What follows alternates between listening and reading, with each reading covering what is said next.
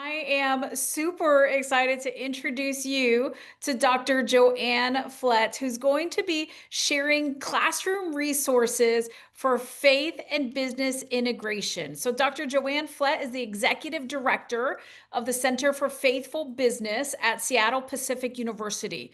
JoAnn was a 2020 Fulbright Teaching Scholar and a 2024 Fulbright Specialist to Trinidad and Tobago. She is also a faculty advisor on Leading with Character course at the Oxford Character Project in Oxford, England. JoAnn, welcome. Thanks so much, Jen. Thanks so much for having me here. Brett, Tara, for all the support and the encouragement to be here. It's so great to be with friends. I think like-minded people who are actually trying to bring faith, entrepreneurship, and produce that holistic life. And so I'm here to share a little bit about what we do here at the center. I'll start to share my screen if I can, and let me know if you can see the screen, and I'll move to presenter view here if I can. Let's see, presenter view. There we go. Are you still seeing my screen? Perfect. So I'm at the Center for Faithful Business, and the work of the Center for Faithful Business here at Seattle Pacific University is to cultivate a Christian understanding of business, which many of you are attempting to do in your classes, to awaken prophetic imagination, and to inspire moral courage for the practice of business. As such, we've created a series of products and what we call knowledge products that go across the academy, business, and the church. I call those the ABCs of the center. You may be familiar with them. This is our largest group of resources for you as you're teaching and thinking about entrepreneurs and faith and business integration. We have 5 seasons of films. They're short documentary films ranging from 8 minutes to 17 minutes on the long side. 5 seasons that allow you to take your students into an in-depth view that provides exemplars. We know from the work of the Oxford Character Project and folks like that, that demonstrating exemplars, holding up role models for students to see, really sort of puts paint to all of the work that we could do in the classroom. And so these films are available for you at faithandco.edu. I'll have those links at the end of the presentation here. But the films are across 5 seasons. So we started with Business on Purpose, and we have 14 films in that season. Then we went to serving employees, serving customers, serving the world, and then faithful investing. As you can tell, we kind of looked across broadly the stakeholder groups of business, and then we created films of people of faith who were demonstrating their faith through their business in this really significant way.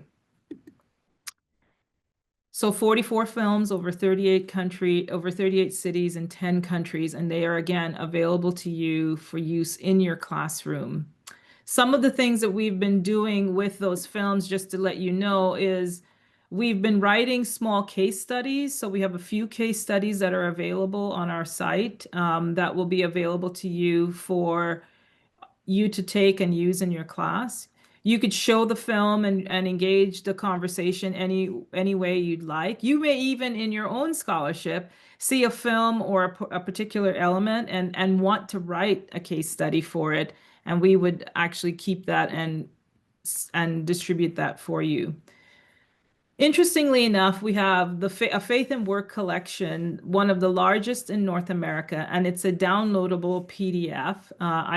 It's available through this QR code. So if you want to scan that QR code, you'd be able to grab our Faith and Work collection. The collection was given to us initially by Pete Hammond, who was the vice president at InterVarsity for Marketplace Ministries.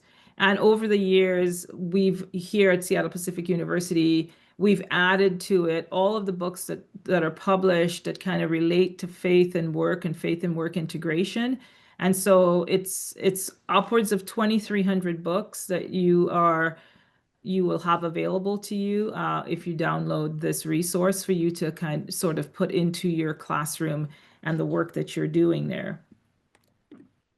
Another resource that I'd like to share with you is about the Pollard Scholars. So you might have Philip Yang was one of our Pollard Scholars, and during that time, we bring people to campus to kind of interrogate Bill Pollard's work. It's based on the book called The Service Master Case, and we invite people to be at SBU for a couple of weeks. We do those online, but then you're on campus for a week where you get access to archival material. The archival material will take you through some pretty significant topics that were primary in Bill Pollard's thinking. Of course, the Service Master was a Fortune 500 company, and its number one goal was to honor God in the marketplace. But there are 7 themes that Pollard worked on, and they included things like the awesome responsibility of leadership, the role of the firm as a moral community, business as a calling, mission as an organizing principle, knowing what is right and doing it, management as a liberal art, and in that you can hear some of Peter Drucker's influence on Bill Pollard, and the virtue of profit. And so we invite scholars to come in, spend time with us, utilize the archival material, participate in a week of dialogue with Al Arisman and a few of the faculty members here at SBU, and then shape their own research agenda around these topics so that they can do things like present papers at academic conferences, carry on workshops for CEOs and leaders, and some have published some books or finalized some books. I'm just going to kind of profile the 2025 scholars this year. They come from Romania. They come local from Seattle, from Austin. And so these folks are beginning to shape their own research agendas that will then kind of contribute to the thought leadership of this work.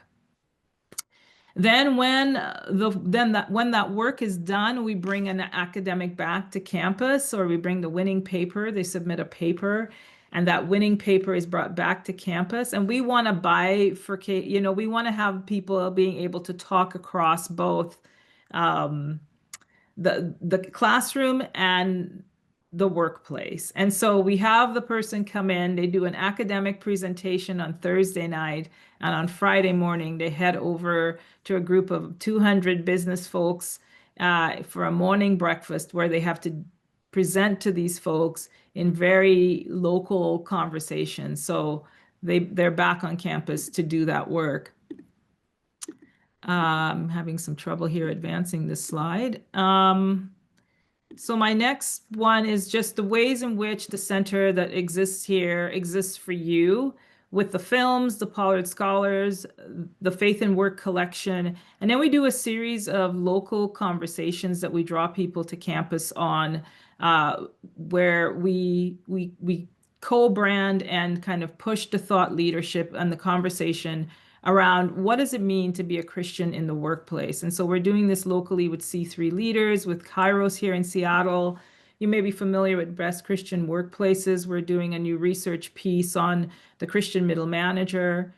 We are co-branding annual conferences, Faithful Work conferences, with the Austin Institute for Faith and Work and the Denver Institute for Faith and Work, and National Christian Foundation in terms of how we're doing giving and how to view stewardship, and Mennonite Economic Development Associates, who are an international development organization that kind of prioritizes entrepreneurship and helping them sort of think through their work.